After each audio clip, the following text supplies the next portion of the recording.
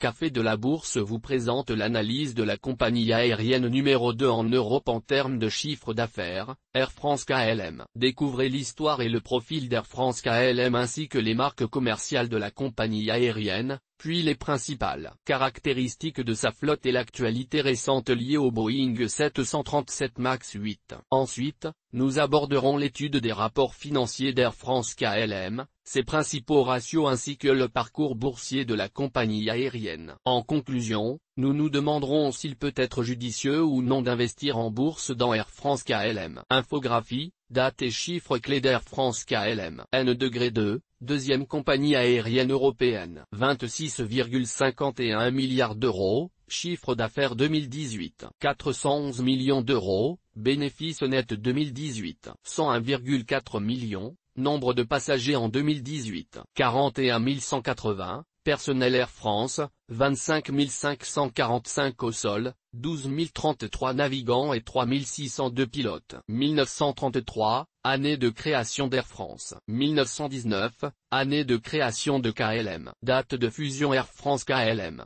19 avril 2004. Air France KLM, histoire et profil d'une alliance franco-néerlandaise. Air France, compagnie aérienne créée en 1933. La société Air France est née le 7 octobre 1933 de la fusion de 5 compagnies aériennes. L'Aéropostale, la Sidna, l'Asta, Air Union et Air Orient. La compagnie a dû stopper ses activités durant la Seconde Guerre mondiale puis fut ensuite nationalisée à hauteur d'un quart de son capital en juin 1945. En 1946, une ligne Paris-New York est ouverte d'une durée de vol d'une vingtaine d'heures. Les appareils DC-4 assurent cette liaison. Pour l'anecdote, jusqu'au début des années 1960, les hôtesses de l'air d'Air France n'avaient pas le droit d'être mariées et ne devaient pas être âgées de plus de 30 ans. La technologie de l'aviation évolue fortement à compter des années 1960, notamment avec l'arrivée des premiers Boeing 707 et de la propulsion à réaction en remplacement des hélices. De ce fait, les capacités de passagers sont augmentées, les durées de vol réduites,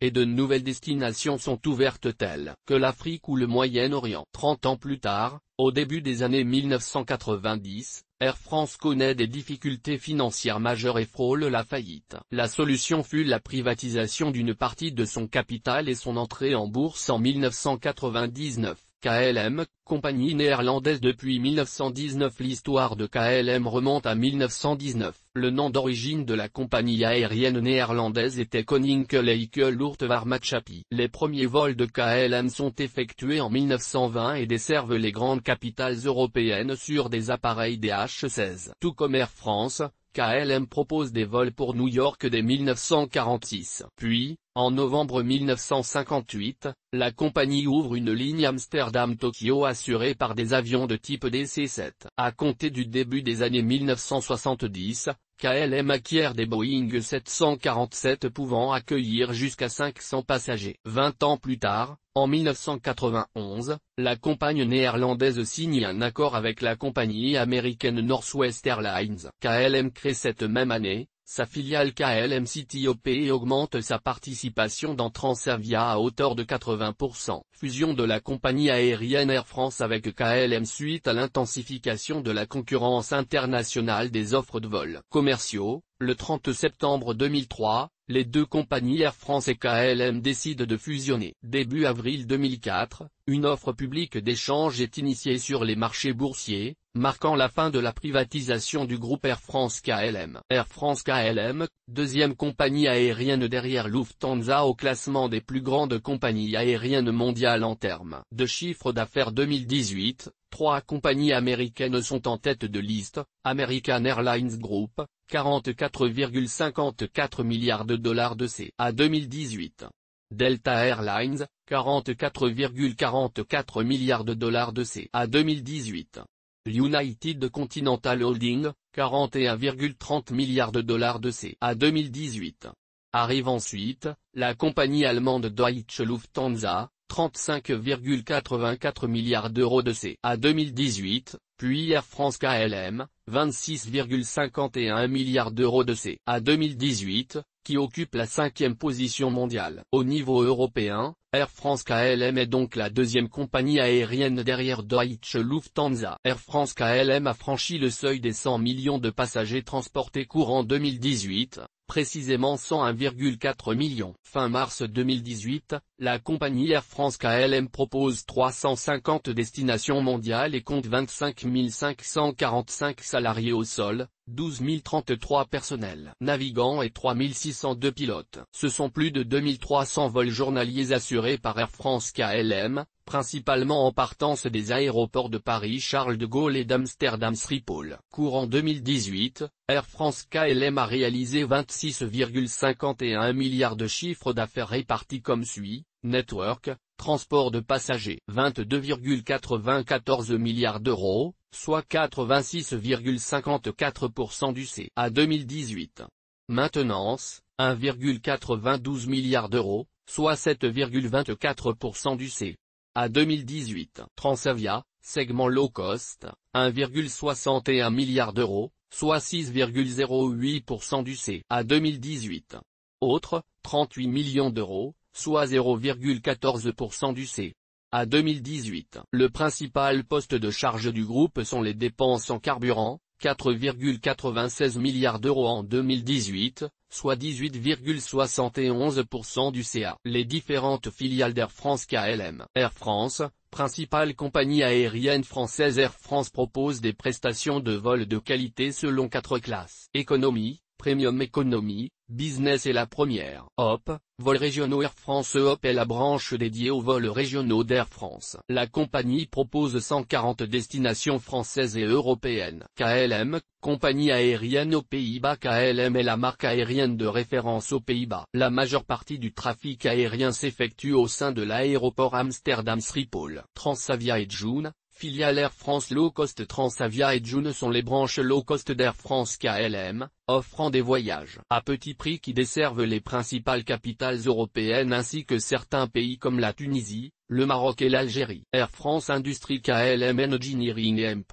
Maintenance, branche réparation et maintenance des avions. Air France Martinair Cargo. Transport de marchandises et véhicules. Air France Martinair Cargo propose du transport de marchandises et de véhicules par l'intermédiaire d'avions gros porteurs. L'activité est actuellement en difficulté du fait de la concurrence mondiale et d'une surcapacité de l'offre globale impliquant des réductions de tarifs. Pour y remédier, la compagnie restructure ses activités de vol cargo notamment par la réduction de sa flotte dédiée en faveur d'une offre de transport par soute au sein des vols commerciaux de passagers. Flotte d'Air France KLM.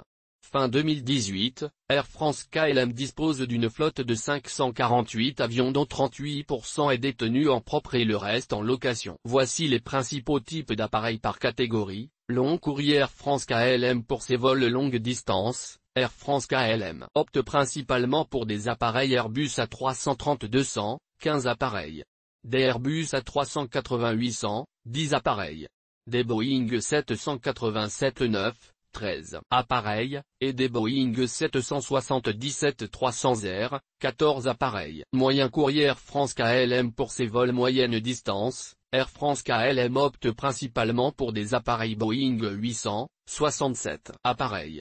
Des Airbus A320, 35 appareils, et des Airbus A319, 34 appareils. Vols régionaux proposés par Air France KLM. Pour ces vols régionaux, Air France KLM opte principalement pour des appareils Embraer 175 et Embraer 190, 49 appareils. Vol cargo. Air France KLM pour ses vols cargo, Air France KLM dispose de 4 Boeing 747 cargo et de 2 Boeing 777 cargo. L'actualité de l'aviation, 2 crases d'avions récents. Triste actualité pour l'aviation civile en octobre 2018 et mars 2019, liée à 2 crases de Boeing 737 737 MAX 8. L'anomalie s'est déclenchée suite à un problème logiciel incitant l'avion à piquer vers le sol sans que les pilotes puissent a priori contrebalancer la trajectoire. Les deux compagnies liées à ces accidents sont Ethiopian Airlines et Lion Air. Aucune compagnie française ne possède ces modèles de Boeing 737 MAX 8 dans ses flottes. Actualité plus positive, le trafic des passagers d'Air France KLM est bien orienté en croissance sur un an de plus 3,4% en mars 2019.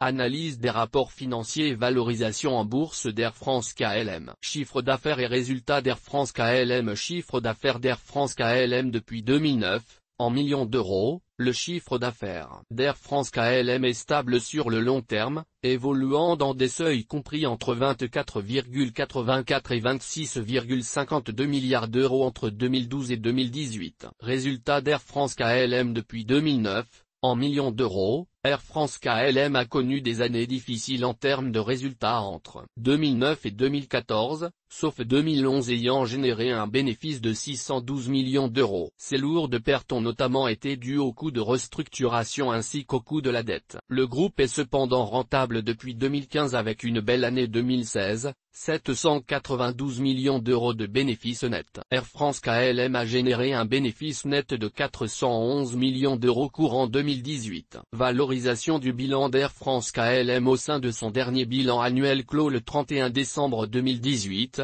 Air France KLM dispose d'actifs totaux à hauteur de 29 057 millions d'euros et de capitaux propres pour 1865 milliards d'euros, soit 4,36 € par action. À l'actif de son bilan, la compagnie possède 3 585 millions d'euros de trésorerie et équivalent de trésorerie ainsi que 2 191 millions d'euros de créances clients. Les immobilisations corporelles, biens physiques destinés à être conservés sur le long terme, principalement sa flotte d'avions, Air France KLM s'élève à 10 167 millions d'euros. Les passifs d'Air France KLM sont de 27 192 millions d'euros et comprennent principalement des dettes financières à hauteur de 11 094 millions d'euros, dont 4 535 millions d'euros au titre du post-lease dette de crédit bail, ainsi que d'importantes provisions à hauteur de 5 625 millions d'euros. Ratio financier d'Air France KLM à son cours de bourse de clôture du 3 avril 2019 établi à 10,53 €, Air France KLM offre un bénéfice par action 2018 de 87 centimes d'euros, soit 8,26% de rentabilité bénéficiaire. Côté valorisation bilancielle, les capitaux propres de la compagnie aérienne sont de 4,36 € par action au 31 décembre 2018 tandis que son cours de bourse est établi à 10,53 €. Air France KLM est donc actuellement survalorisé en bourse selon le critère brut. Le ratio d'endettement financier sur capitaux propres d'Air France KLM est de 495%. La dette financière d'Air France KLM est donc élevée et peut générer un risque pour la pérennité de la société si ses bénéfices venaient à s'amoindrir. Bien que les bénéfices d'Air France KLM s'améliorent depuis 2015, la dette financière d'Air France KLM représente 27 années de bénéfices. Sur la base de ceux de 2018, 11 094 millions d'euros de dette financière 411 millions d'euros bénéfices nets 2018,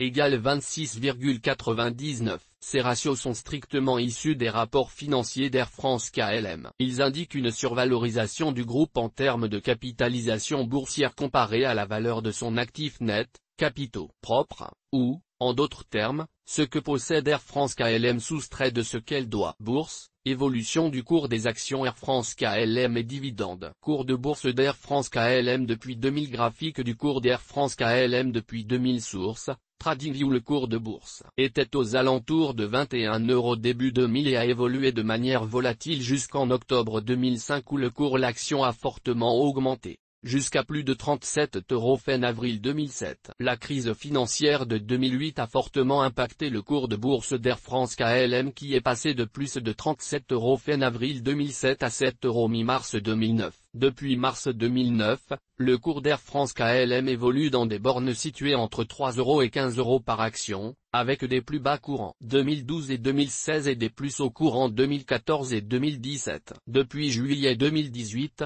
l'action Air France KLM connaît une tendance haussière passant d'environ 7 € en juin 2018 à plus de 10,50 € actuellement. Dividende Air France KLM. La société Air France KLM ne verse plus de dividendes depuis 2008. Les deux points faibles d'Air France KLM sont ses résultats et sa dette. Côté résultats, ils sont en montagne russe depuis 2009, avec de lourdes pertes notamment en 2009, 2010, 2012 et 2013. Bien que depuis 2015, les résultats repassent dans le vert, cet historique de résultats hétérogènes doit a priori inciter l'investisseur à réaliser une étude approfondie sur la pérennité future des bénéfices d'Air France KLM. Le second point faible d'Air France KLM est sa dette financière, s'élevant à 11 milliards d'euros, ce qui correspond à 27 années de bénéfices 2018, 411 millions d'euros. Il s'agit donc d'un niveau d'endettement actuellement problématique, sauf si les bénéfices futurs de la compagnie croissent. Dans ce cas, la charge de la dette se verrait mieux assimilée et permettrait potentiellement à Air France KLM d'assainir la situation bilancielle. Chose possible car, à titre d'exemple, en 2016, la compagnie a généré 792 millions d'euros de bénéfices nets,